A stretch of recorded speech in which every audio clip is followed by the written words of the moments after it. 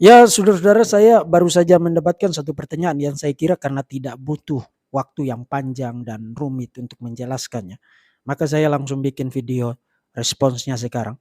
Pertanyaan dari seorang saudara Kristen yang sangat kesulitan ditanyai atau berhadapan dengan semacam pertanyaan bernada serangan. Kalau kamu percaya Alkitab firman Tuhan, kok kamu percaya bahwa Injil adalah karangan Markus, karangan Matius, karangan Lukas, karangan Yohanes, karangan Paulus, dan seterusnya.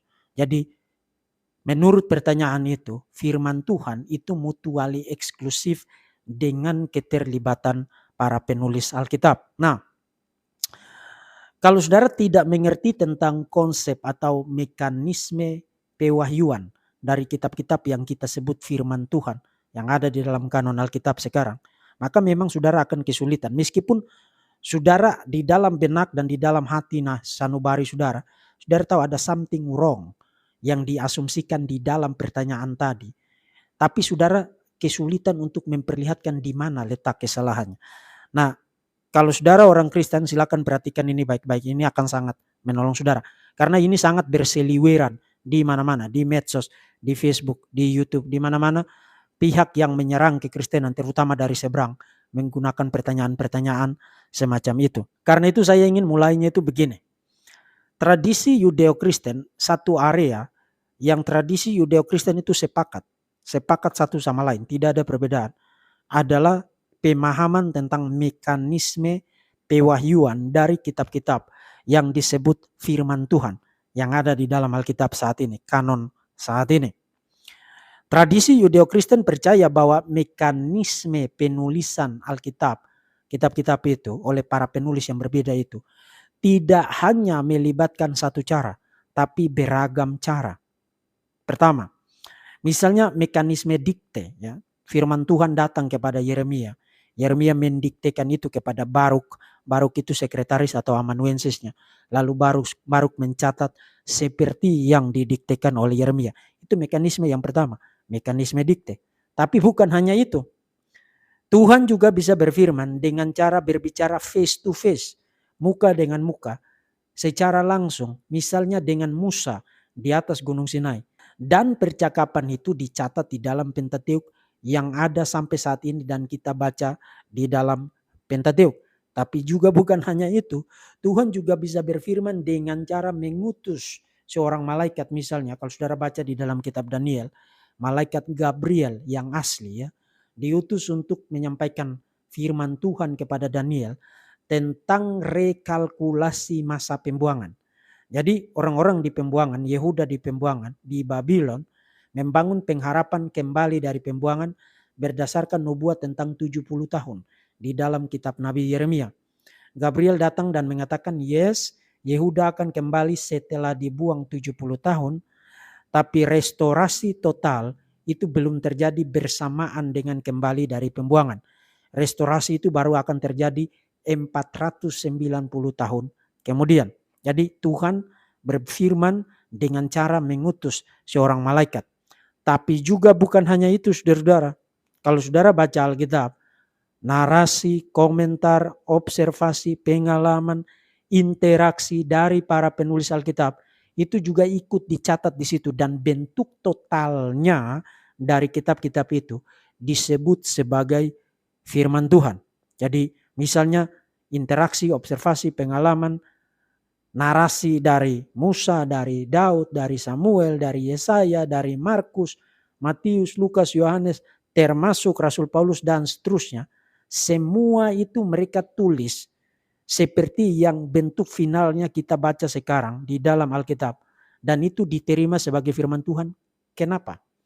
Karena tradisi Yudeo-Kristen percaya bahwa bentuk finalnya itu yang di dalamnya ada mekanisme dikte, ada Tuhan berbicara face to face, Tuhan mengutus seorang malaikat, termasuk komentar, narasi, interaksi, observasi dari para penulis Alkitab.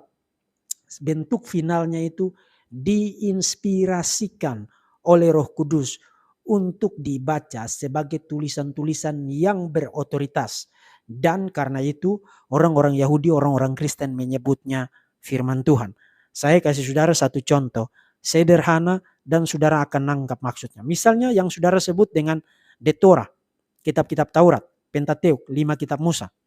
Kalau saudara baca The Torah, Kejadian, Keluaran, Imamat, Bilangan, Ulangan, kitab-kitab itu kan isinya bukan hanya kata-kata langsung dari Allah sendiri, dari Yahweh sendiri. Bukan hanya itu, ada tapi bukan hanya itu. Isinya itu ada narasi, observasi, pengalaman, interaksi dari Musa sendiri, dan totalitas isi dari Pentateuk itu disebut sebagai firman Tuhan. Maka adalah absurd ya, adalah sangat-sangat absurd dalam tradisi Yudeo-Kristen. Waktu saudara baca Pentateuk, 5 kitab Musa itu, kemudian saudara mulai mencoba memilah-milah mana kata-kata langsung dari Yahweh sendiri dan mana kata-kata dari Musa, komentar dari Musa. Seakan-akan hanya kata-kata langsung dari Yahweh sendiri yang adalah firman Tuhan. Sementara komentar, interaksi, observasi, narasi dari Musa itu bukan firman Tuhan. No, itu adalah sesuatu yang absurd di dalam tradisi Yudeo-Kristen. Nah, sampai di sini kalau saudara non-Kristen, saya tidak minta Anda setuju atau tidak setuju terlebih dahulu. Yang saya minta adalah Anda harus paham dulu apa yang dimengerti oleh orang-orang Yahudi dan orang-orang Kristen ketika mereka menyebut kitab-kitab yang ada di dalam Alkitab sekarang sebagai firman Tuhan. Sebab kalau Anda tidak mengerti, tidak paham, atau pura-pura paham padahal tidak paham, maka Anda hanya akan menjadi lucu-lucuan yang tidak lucu ketika Anda datang membuka congor Anda, kemudian menggugat nilai otoritatif dari kitab-kitab itu. Karena kita menggunakan istilah yang sama, firman Tuhan, istilah yang sama, tapi kita memaksudkan arti yang berbeda. Ringkasnya Anda harus paham bahwa waktu orang-orang Yahudi, orang-orang Kristen menggunakan istilah firman Tuhan untuk kitab-kitab itu, yang mereka maksudkan adalah semua kitab itu diinspirasikan oleh Roh Kudus. Dan diinspirasikan oleh Roh Kudus tidak berarti Roh Kudus meniadakan tanggung jawab, keterlibatan, peran aktif dari para penulisnya. Sebaliknya, para penulisnya terlibat aktif. Pengalaman mereka, interaksi mereka, skill mereka digunakan sedemikian rupa, tapi dalam naungan, dalam kontrol, dalam inspirasi Roh Kudus, sehingga bentuk final dari tulisan-tulisan mereka diterima sebagai kitab-kitab yang berotoritas dan disebut sebagai firman Tuhan. Nah, kalau itu konsepnya, menurut Anda, apakah komentar kalau Anda percaya Injil adalah firman Tuhan, kok Anda percaya karangan Markus? Menurut Anda apakah itu serangan yang bermakna untuk kekristenan? No, sama sekali tidak bermakna. Itu straw man. Itu straw man. Maka saudara-saudara, kalau Anda didatangi dengan komentar-komentar semacam itu atau senada dengan itu, jangan langsung merasa terintimidasi untuk memberikan jawaban, membuktikan apa yang dituntut dari komentar-komentar itu. Kalau Anda memaksakan itu, maka Anda hanya akan menghasilkan satu percakapan orang tuli dan orang buta. Yang harus Anda lakukan adalah meminta klarifikasi. Apa yang kamu maksudkan dengan firman Tuhan? Mekanismenya harus seperti apa? Baru sebuah kitab itu disebut firman Tuhan. Nah, kalau dia dari pihak seberang, dari Muslim misalnya, dia percaya Quran itu firman Tuhan, mekanismenya adalah Allah Subhanahu wa taala kirim wahyu, Gabriel itu bolak-balik surga dan bumi hanya untuk ngantarin wahyu kepada Muhammad. Nah, kalau itu mekanismenya yang diasumsikan di dalam firman Tuhan, istilah firman Tuhan yang dia pakai, maka sekarang beban pembuktiannya bukan ada pada pihak orang Kristen. Orang Kristen tidak punya beban pembuktian itu.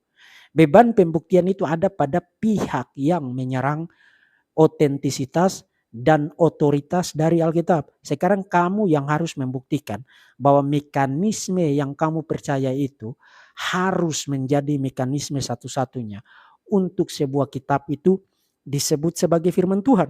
Jadi beban pembuktiannya ada pada pihak mereka, bukan ada pada pihak kita. Konsep mekanisme pewahyuan itu sudah settle di dalam sejarah Yudaisme maupun di dalam sejarah kekristenan. Kalau ada satu konsep yang baru, yang reduksionistik, konsep itulah yang harus membuktikan dirinya legitimate, sah.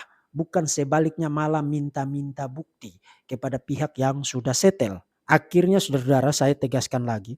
Tanpa memiliki pemahaman akan hal-hal yang tadi saya jelaskan bagi saudara, Saudara sebagai orang Kristen, saudara akan merasa terintimidasi untuk menjadi pihak yang menanggung beban pembuktian.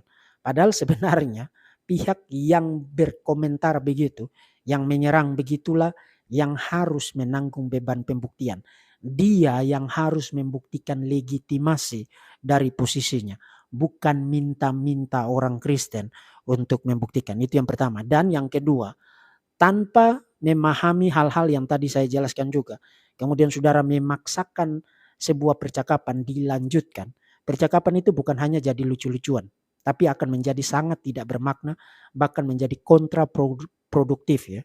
Itu adalah sebuah percakapan seperti halnya percakapan orang tuli dan orang buta.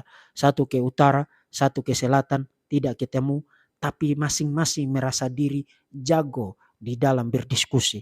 Itu sangat sangat ironis.